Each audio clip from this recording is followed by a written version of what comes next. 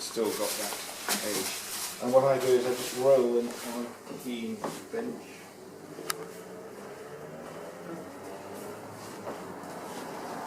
And that rounds that edge.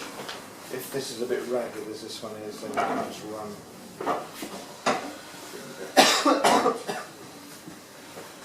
I don't worry too much about that ragged bit because I'm going to glaze down and cover it with glaze anyway.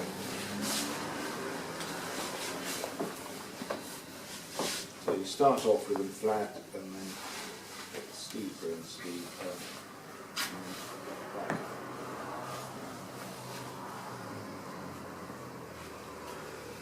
You can, if you don't do it right, or if it's what you want, you can roll it so that it pushes the clay this way as well and leaves a ridge on the bottom there.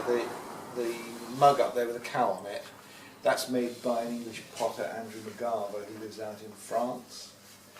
And he makes bowls, and he deliberately does that so that it's got like a foot ring.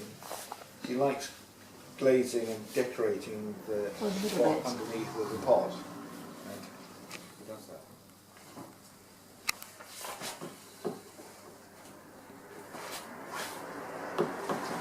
No turning.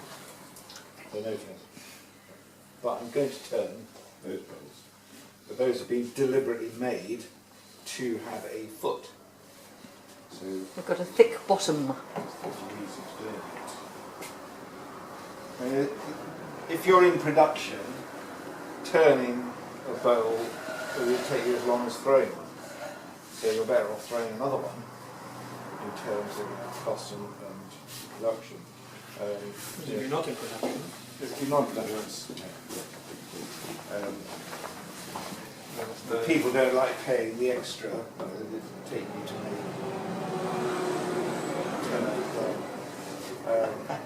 The only place where it sort of seems to where it's kind of with porcelain, where people expect to pay more for porcelain anyway, so the fact you've done the work to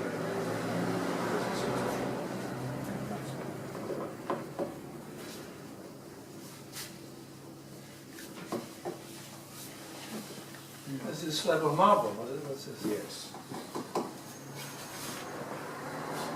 Yeah, they used to be very available at one point. People had washstands that had these marble tops on them. And they were sort of quite horrible Victorian things, and nobody wanted so long as. So where you get them now, you can't